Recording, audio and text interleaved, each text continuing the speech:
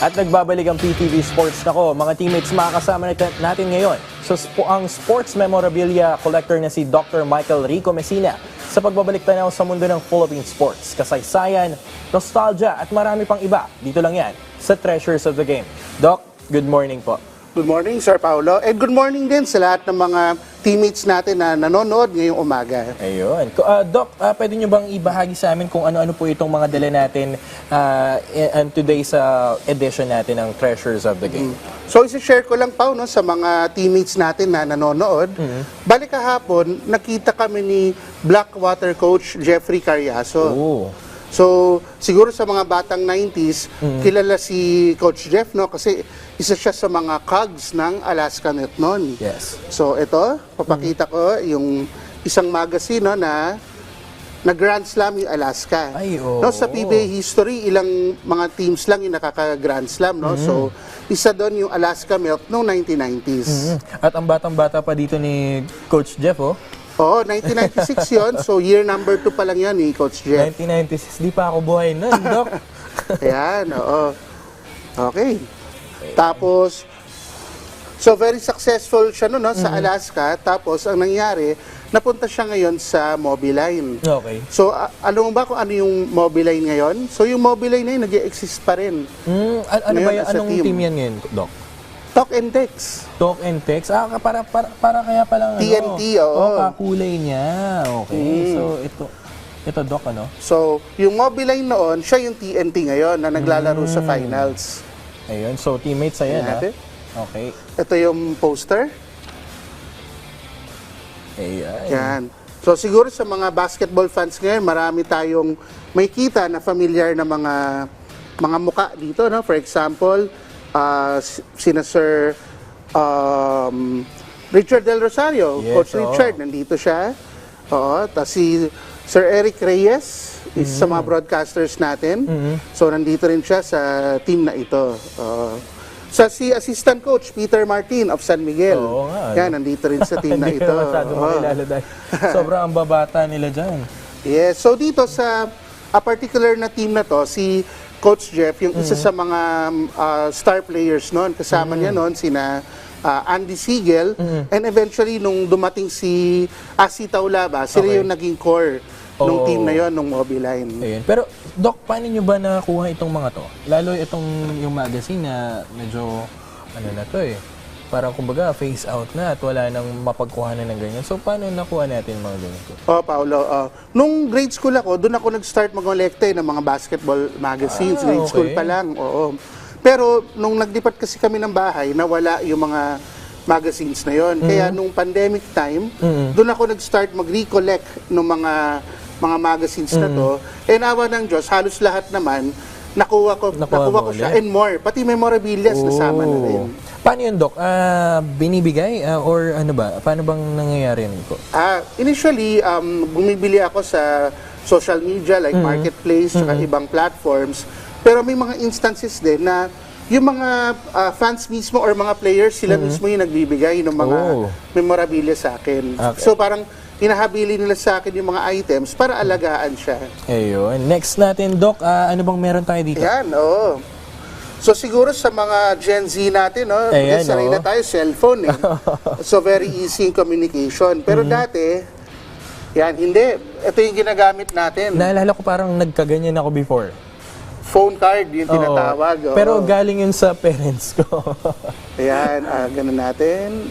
Yan. Ayan, oh. So, Mobiline kasi telecom company, so nag-ano sila ng mga phone cards. Oo. So, Uso yan, yan. naalala ko uso yan dati. So, may mga ano doon, mga pay phone slots, tapos ilalagay mo yung Ilalagay card mo lang, oo. para makatawag ka sa kung saan man yung gusto mong tawagan. Ayun. So, sino ba tong mga to, Doc? Si Asi Taulava.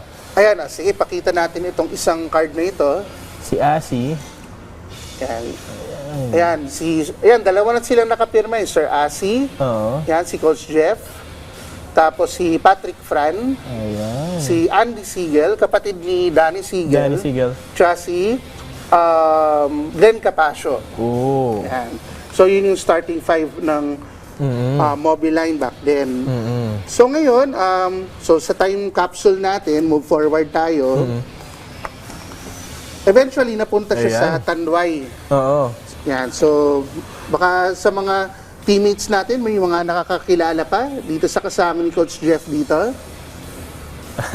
So, yung nasa gitna, number 30, si Eric Major Menk. Payne, Ah, si- Eric Menk. Eric Menk, yeah. Tapos yung nasa tabi ni Major Payne, Hatfield ba yan? si Rudy Hatfield, si H-Bomb. Ayan, si Hatfield, oh yeah. So, ang lakas nung Tanbay back Oo. then, nung early 2000s Ayun, ito. naalala ko yun, pinapanood ko yung doc dati nung bata-bata ako eh.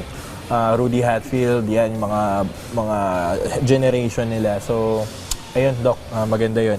Tingnan naman natin, Doc, meron tayo dito, t-shirt, ano?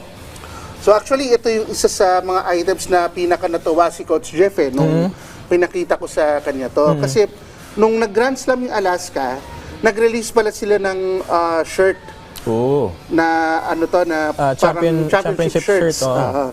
So isa to dun sa mga design ng championship shirts na na-release nung Alaska. Ayan. So back then may mga ano pa nun, caricatures Nauso ng yun mga dati, players. Oo. So yan, yun si Coach Jeff dito. Baka gawa to nung pinsan ko, de joke lang. Okay.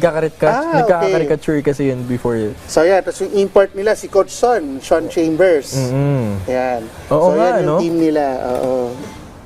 Ito kamukha to ni Abueva, Doc. Oh. Ito si Sir Chris Bolado, yung sa Sir Chris Bolado. nasa likod. Ito naman isa pang nasa likod si Chairman Bachman, if you're familiar with him.